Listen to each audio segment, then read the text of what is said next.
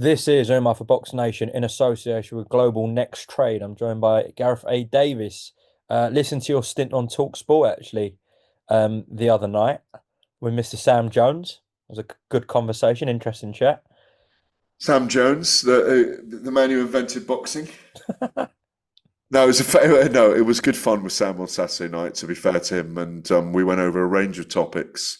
And as I say, I described him as a man with more views than a flock of seagulls over the ocean. But the it was good fun. I've always got on very well with Sam. He's a very Good strong, manager, Sam Jones, to be fair. Very good manager. very good manager. When his fighters aren't able to speak for themselves, he does it. We've seen it over time. He's got interesting views on boxing, and he's got strong views on boxing. So we had some very interesting chats on Saturday night, and there's a lot to chat about at the moment because weirdly, after Daniel Dubois and Alexander Usyk, or Usyk and Dubois, there was a lot of fallout. And we've talked about some of it, you and I, but the division is still in limbo. It feels because of the moves and machinations, and maybe we're all headed to Riyadh next week. Maybe that will herald the Moses Itauma, Dillian Whyte outcome, the Filip Hrgovic, David Adeleye outcome. I know that's not as big a fight, but maybe the outcome of Moses against Dillian Whyte may dictate some moves in the division up and coming. Is this really the stage for Moses to break out? Because he's in there with someone who's very well known in Dillian Whyte. It's a big, big name in the division. He's headlining a pay-per-view Riyadh season card. Like it's obviously a world stage here. Is this the one for Moses to break out and start becoming a star? Would you agree or not? Yeah, I think within the sport, within our own milieu, within our own fraternity, sorority, whatever you want to say, the community of boxing, he's already very well known. Great things are already being spoken about him. The stories about him being a schoolboy and taking off his blazer and his tie and his shirt and sparring with Joe Joyce that time after school, and the way people talk about him, that he can actually take a clatter as well behind the scenes. I'm hearing that a lot, and he gets up and he's got heart. I'm not saying he's been knocked down, but that he can take punches as well. We haven't seen that in the ring yet in an actual live fight. But yeah, this is a big moment for him. Dillian is a big name. You might say his best performances were the Povetkin rematch, the fights with Derek Chisora, one that was very close and one that he did win, the fights with Joseph Parker. You know, he's a cult figure in many ways in British heavyweight boxing, and he's someone who I've always said to him, you will be a world champion one day. And maybe this is Dillian's moment as well to prove that he's still got it in his system, and that this is he hasn't gone here for the whatever they're calling it, the 2 million payday or whatever, how much he is getting for the fight. That he's not a stepping stone for a young fighter who, like you say, many people are speaking about in glowing terms. It is the moment for Moses to step out of the shadows in a mainstream way, because of Dillian's name. So. This is probably the rite of passage fight for him, not just sequentially in the sanctioning bodies, but sequentially in the division. Because after this, there probably are Fabio Wardley and Joseph Parker and Kabayel and maybe even Usyk fights. Maybe it is Usyk in 2 fights' time. That if Turki Al Sheikh puts enough money into that, I would take it as a young man. Francis Warren might not agree with me. Frank Warren might say you're talking nonsense. George Warren might say you're talking nonsense. You might say I'm talking nonsense. But if there's a huge payday there for him to fight this guy who's become a legend in the heavyweight division, I'd take it. Okay. He's got to beat Dillian Whyte first, though. Do you think Dillian Whyte will ask questions of Moses that we haven't seen yet in the professional ranks or not? I think conventional wisdom will tell you, and I have very deep respect for Dillian Whyte, so I'm going to choose my words carefully because I respect him as a man, as a person, what he's been through in his life, the time he's given me, the way I feel about him as an individual, the empathy that I feel for him. I see Moses as very dangerous for him in this fight. Speed, youth, icy cool, movement, southpaw, and I think he's probably got all of those things over Dillian. What he hasn't got is the ability to old man someone and the experience that Dillian's got. I was thinking about this earlier, Umar, and I was thinking that next week in Riyadh, Dillian needs to try and get in Moses's head in the fight week, and that might mean uh, an aggressive assault at the press conference. It might mean causing a melee, something out of the ordinary, a push, a shove, a block. I don't want him to punch him off the stage or anything, but what I'm saying is doing something psychologically that gets into Moses's head. Now, I don't know if Buddy McGirt was playing when he gave that interview in the last, whatever it was, 24 hours, 36 hours, saying, I haven't even looked at Moses Itauma. I don't even know who he is. I've never watched him fight. Did you see that? No, Now, I haven't seen that clip. No. there's a comment from Buddy McGirt saying, um, I haven't really watched his career. Um, and there's not a lot to watch, to be honest. There's the Dempsey McKean, there's the Marius Vach, um, and it's him laying waste to most of his opponents, isn't it, really? So, um, So are you saying from your comments there you expect an early Moses stoppage? Is that what you well, expect? no, you're projecting yourself onto me now. That's what you're No, expecting. you said that he's got too much speed, youth, power for him. So what were you expecting? An early I, stoppage, late stoppage? so the second half of that, because I digressed, was Dillian needs to take Moses later into the fight and keep him in the ring, smother him, close the distance, land that left hook, get his jab working, um, try and walk Moses down, try and expose his inexperience. And if Dillian's still there and it's an interesting fight after 6 or 7, or maybe even 5, I think it'll be a very, very interesting night. It's a 12 rounder or a 10 rounder? Good question, actually. We don't know yet, do we? I could look it up. I hope it's a 12 rounder because it should be. You're looking it up. 12 rounds. Yeah, good. So if Dillian takes it beyond 5 or 6, I think it will be interesting. Very, very interesting. You cannot rule out Dillian Whyte producing a spectacular performance. Things happen in the heavyweight division. A big left hand, that huge left hand that he throws, that huge left hook, is enough to take anyone out. So you can't write Dillian off. But I do see Moses as a huge coming force in the heavyweight division. Yeah, he could be upended at any time by a big punch by someone of the level of Dillian Whyte. So, but I am picking Moses to win the fight and probably inside 5 rounds. Okay.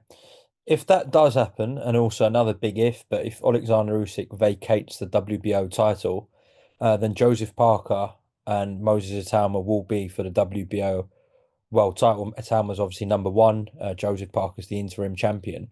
So we could be potentially looking at Moses fighting for a world title next. Yeah, and that could be in November, couldn't it? Oh, it's a quick turnaround, isn't it? Well, it depends what happens in this fight. Joseph Parker hasn't fought since February.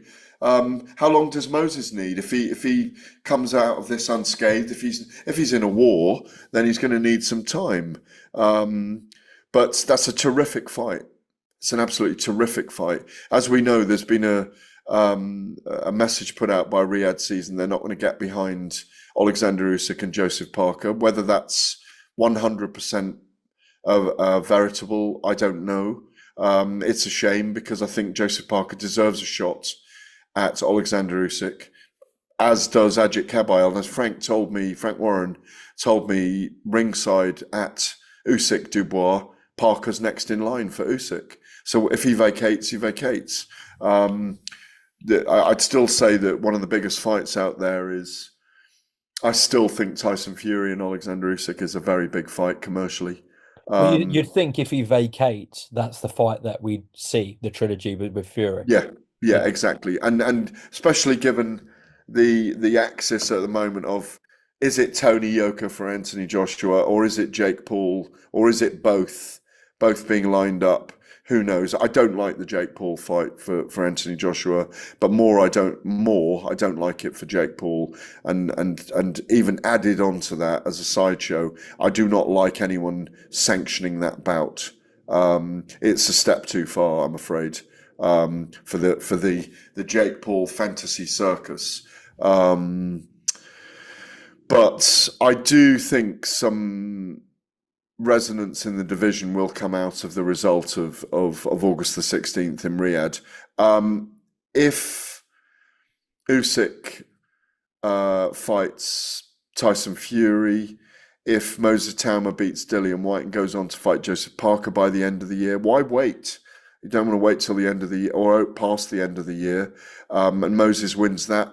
Then I think Moses against Alexander Usyk, if Usyk beats Fury a third time, is definitely on for next year. Late next year, it might be too late for Usyk to face Moses.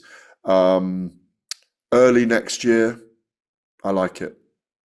Well, so you're potentially saying this is a big potential, but his next three fights could be Dillian Whyte, Joseph Parker, and Alexander Usyk. I've already said it. I think we did it on a Zoom. It's Oh, not bad I for a certainly 20-year-old. no, but it doesn't matter. If you're good enough, you're old enough. True. Yeah, of Look, course. Mike Tyson obviously is the youngest in history. Floyd Patterson and Muhammad Ali were both not even 22 when they won the world title. George Foreman was 24, I think. He's good enough. He's good enough to fight these guys. He's also potentially at his age in the realms of earning extraordinary amounts of money. So why wait? And it's two southpaws, remember, and I don't care what anyone says. Usyk's put himself in the list of all-time heavyweight greats. I mean, I've got him at number 7, and he's one of the few. I think he's the only southpaw in my top 10 of heavyweights of all time. And the fact that Moses is southpaw is a massive advantage to him in the heavyweight division as well. And because they're two southpaws. What a fight it may be. And it just keeps the division absolutely boiling. People will say, well, what about Ajit Kabayel? What about Fabio Wardley? Have they earned their shot? Yeah, they have. But if we're fantasy matchmaking like we are now on your YouTube channel, congratulations on the 100,000 and the disc, by the way. I've seen the picture. Thank you. Congratulations. Where is it? Up on the wall? No, I've just put it in a drawer for now. In the draw, good for you. But it's if I'm saying these things about Moses, the promoters are thinking about them. They're thinking about his pathway, his highway to success, and potentially Moses against Usyk, if that all plays out. We don't need belts for Usyk and Fury, frankly. It's probably 3 of the 4 belts at that point. At what point, sorry? Well, Ajit Kabayel is going to have to fight for his belt at some point. They're going to have to release that belt for him. Yeah, but I'd imagine if Usyk Fury happens, I'd imagine it'd only be the WBO that's missing for that fight. Yeah, but so what happens to poor old Kabayel in the meantime? He'll have to wait for the winner of Usyk Fury. But To be wait, fair, look, Ajit Kabayel, we can say this. Ajit said it, Frank said it. There's a big homecoming for him in Germany that Queensberry and DAZN are doing. yeah, and Uh, Spencer Brown's working on, yeah, yeah, yeah.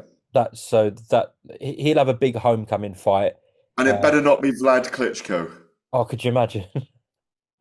Well, there was talk about it. I mean, I had Ajit for Gold Star on the Box Park fan day, and we were chatting behind the scenes, and he said, yeah, they were seriously talking Oh, about him and Vladimir Klitschko at one point. But he yeah. said, I don't want to fight Vladimir Klitschko. He's too old now. I don't want to beat up one of the legends of Ukrainian, but obviously German boxing. I must have been 12 times to see him fight in Germany at big stadium fights. But where's the Kabayel caveat? Who is he going to fight? Him and Wardley, maybe? No, because Wardley's not with the WBA. He's in a strong position, so I just don't see that happening. He's going to have to fight um The someone from winner the of top Dave Allen 15. and Arslan Makhmudov. Nah, it's too tight. That's in October, obviously. Maybe Tony Yoka, someone like that in Germany. What, after Joshua's beaten him?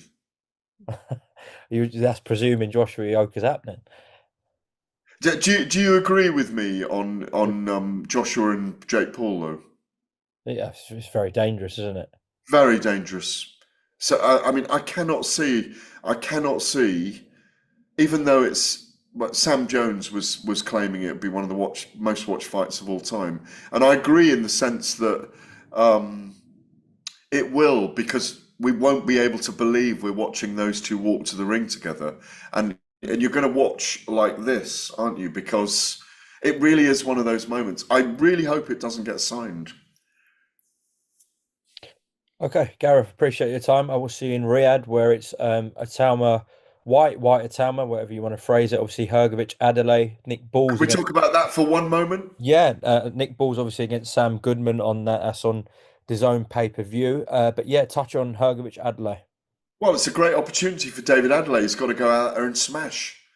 Educated pressure, but it's a huge opportunity. It's a step up in class for him. I make no secret of the fact I've really liked David Adeleye as a person, as a man, and I really hope he takes his opportunity. And whatever he does, I hope his stock rises.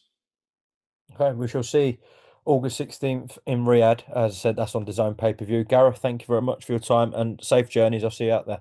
I'll see you out there for a shisha. Definitely.